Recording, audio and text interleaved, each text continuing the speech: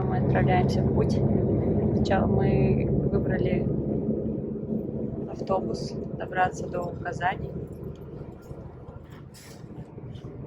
После чего мы уже отправляемся в Москву на поезде в этот раз.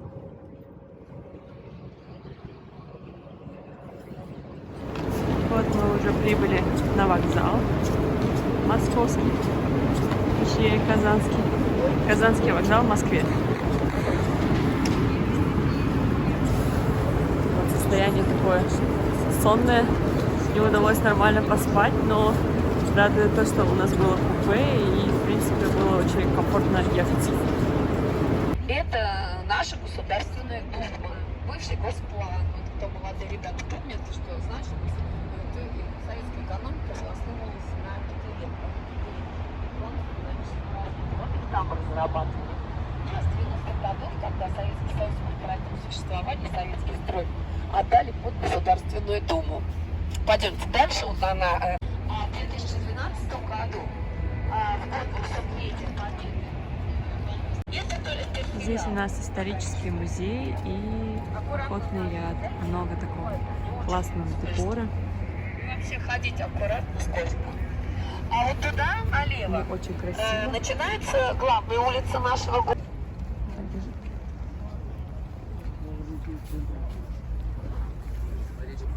Здесь мы находимся на мемориале неизвестного солдата. Здесь вечный огонь. Идем теперь на Красную площадь.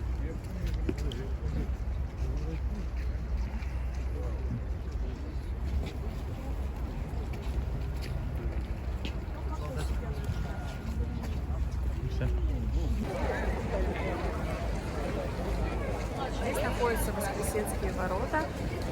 Вот их реставрировали в 90-х годах. До этого здесь, конечно, было ремонт. И здесь же находится якобы нулевой километр, который не настоящий, как оказалось. Я нам себя оставлю? Настоящий нулевой километр находится где-то в 2 километрах отсюда. Тише, тише. Аккуратно. Красная площадь.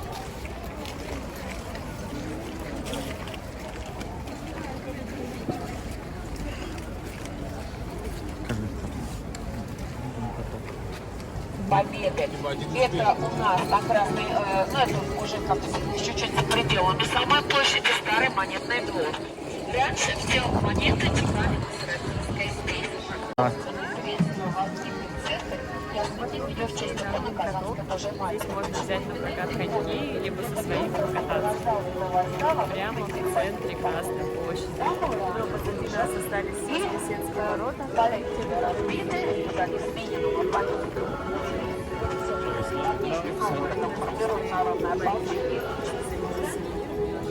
И очень атмосферно построили. И он выполняет свое обещание. В 30-е годы прошлого столетия во время борьбы с религией церковь была снесена. Это копия 90-х годов. На Красной площади у нас две копии. Это ворота Воскресенские и церковь Казанского. Ну и здесь мавзолей Ленина. По-моему, сейчас туда уже не пускают. Раньше туда еще заходили. Хотя вон заходят даже. На удивление. Не знаю, можно ли туда заходить. Сейчас 6 утра, Самые главные часы страны. 12 ночи играть в России. Вот после того, как Сохранившийся механизм до сих пор. Ничего электронного там нет, все механическое. Блаженного после Кремля самое древнее архитектурное строение. Здесь мы видим храм Василия Блаженного. В нем нет общего зала, есть только лабиринт. Здесь несколько куполов, их очень много, и в каждом как маленький зал. Где снимаешь? Зашли в клуб, и здесь продают как раз таки вот знаменитую советскую марку.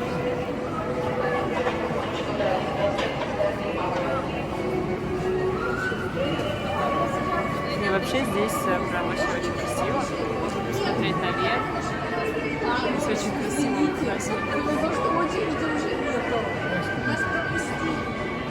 Нет, а здесь какие-то всегда ставят. Это рано, еще не проснулись.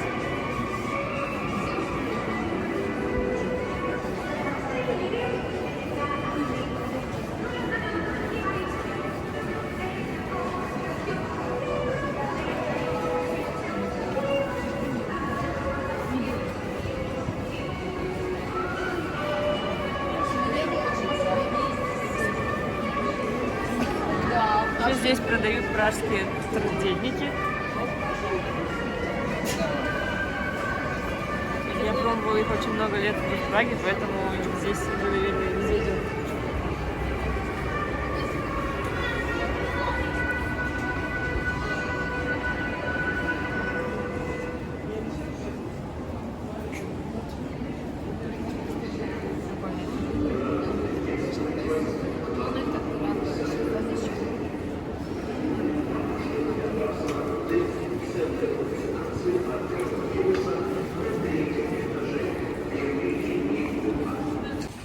И мы пришли в парк Зарядье. И тот знаменитый парящий мост.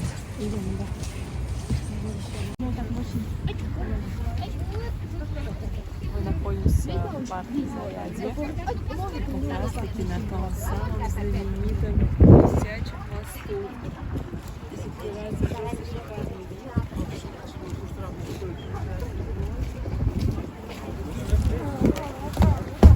Той самой знаменитой Москвы, столицы.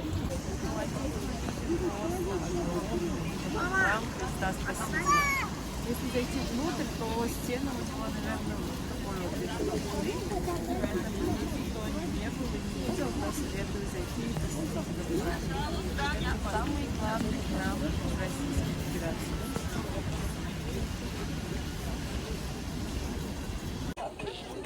Мы на Воробьевых горах. И сзади у нас открывается такой прекрасный вид на стадион Лужники. Ну а в этом месте снимаем сериал «Дебют». Сейчас точно лучше.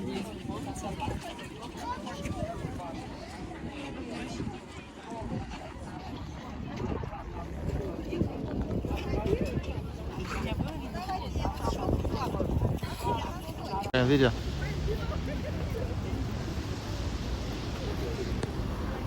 Ну а там университет.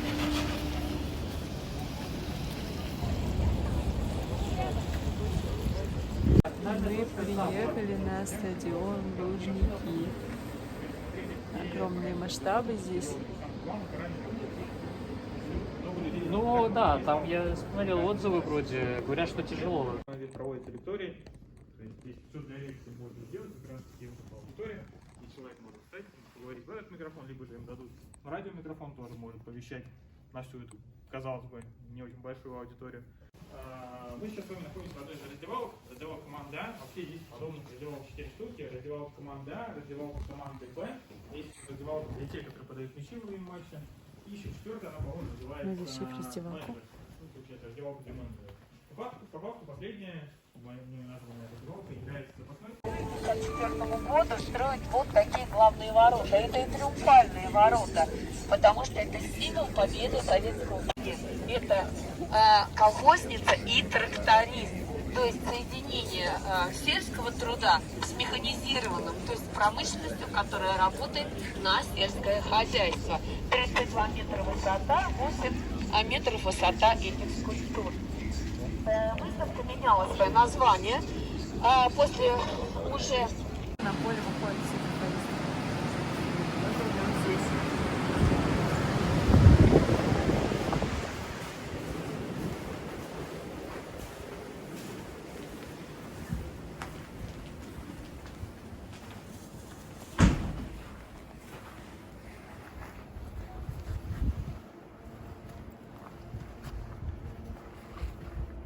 Вот это атмосфера. Нет, туда открыто. Вы можете попробовать крик? А давайте встанем, и как там наша программа называется? Больше, чем путешествие. Больше, чем хором скажем. Больше, чем путешествие, весело в утро. А я вас сниму и скину вам. Давайте, вставайте. Я сейчас скажу, в какой момент. Будем кричать. Сегодня мы поднялись на 89-й этаж Москвы-Сити. Билет стоит 3000 рублей. Здесь можно бесплатно поесть. И вообще насладиться таким прекрасным видом на весь город Москва.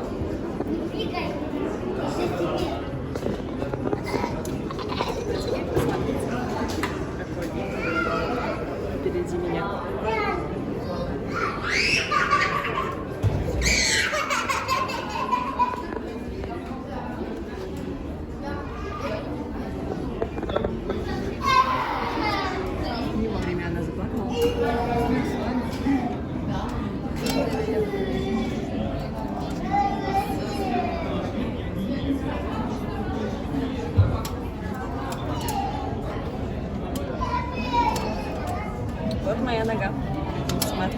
Как там высоко.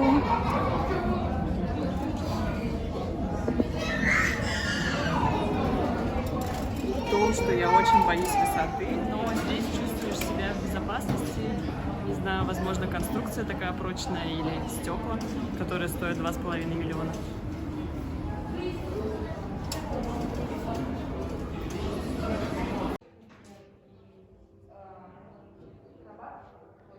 Для тех, кто еще не был в музее «Огни Москвы», для меня это стало большим открытием.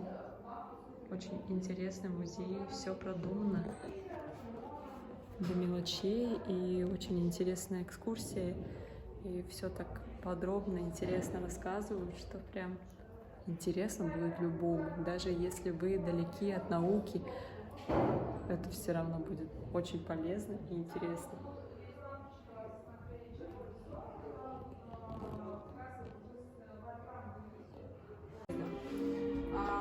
Ну, у нас здесь в основном в этой витрине редкие лампы, которые такие ценные. Вот тут вот. Ну что, наша экскурсия продолжается. Сегодня мы приехали в Сколково, такой инновационный центр Москвы, и покажу, что там происходит, что там делают. Мы заходим в Сколково, инновационный центр. Огромный просто. Посмотрим, что там внутри. Я, конечно, снимаю без стабилизатора, но тем не менее постараюсь вам снимать более качественный контент. Такие елочки милые стоят.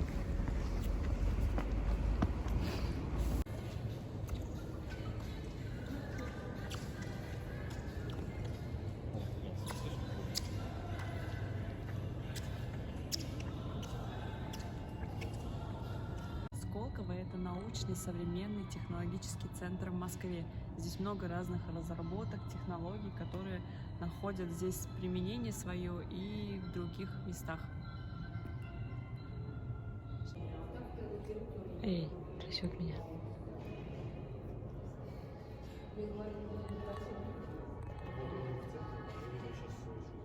Нет, там где-то нет, а тут у них еще инновационная косметика. Вот воскресенье 8 числа, Ну нет, там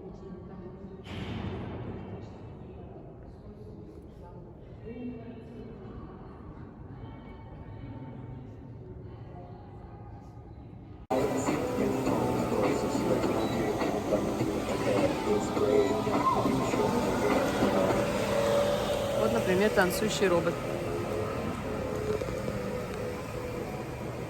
В информационно-технологическом центре Сколково. Здесь, например, есть вот такие роботы, ну, точнее, он здесь только один. Ну, еще много всяких. Перефразируйте свой вопрос.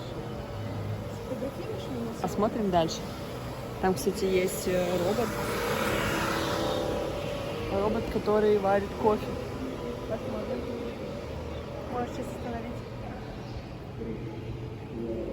Конечно, роботы давно не новинка, потому что роботы уже есть во многих, ну не во многих, а в некоторых кафе, и поэтому уже сейчас удивить просто каким-то роботом, ну, достаточно сложно.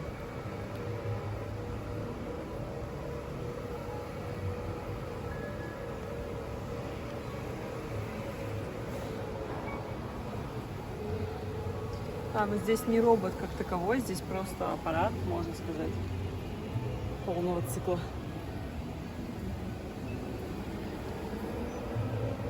уже такие высотные жилые здания, но, к сожалению, у нас Москва такими застраивается, мы очень сильно беспокоимся, что в историческом центре не пострадало. Вот эти высотные здания жилые, это уже не Сколково, это не учение, это Подмосковье. Сколково, вот у нас Москва, Можайский район, да, Дом Собянина.